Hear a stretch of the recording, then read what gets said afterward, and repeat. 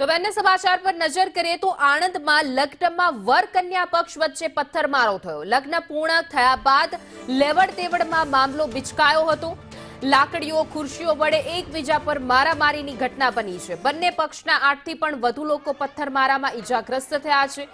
પથ્થરમારો અને મારામારીનો વિડીયો હાલ social media ઉપર વાયરલ થઈ રહ્યો છે।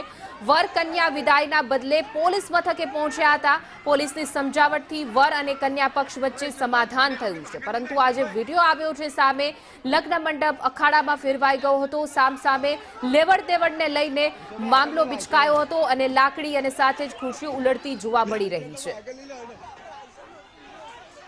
વધુ વિગતો સાથે અમારા સંવાદદાતા ઇરશાદ જોડાઈ ગયા છે। જે ઇરશાદ, આ સમગ્ર ઘટના કયા કારણોસર બની હતી? કારણ કે જોઈ શકાય છે કે લગ્ન મંડપ આખો અખાડામાં ફેરવાઈ ગયો। જી કે સામરખા ચોકડી નજીક જે જવાહરનગર ઝુંપડપટ્ટી આવેલી છે, ત્યાં ચુનારા પરિવારમાં દીકરીના લગ્ન હતા અને ધંધુકાથી જાન આવી હતી। આ જાન આવ્યા બાદ વરકન્યાના ફેરા થયા હતા અને ફેરા બાદ લેવડ દેવડની જીત ચાલી રહી હતી। એ દરમિયાન કોઈક બાબતે બોલાચાલી થઈ હતી અને બોલાચાલી બાદ એકાએક મામલો ઉગ્ર બન્યો હતો અને બંને પક્ષો વચ્ચે છૂટા હાથની મારામારી થઈ હતી।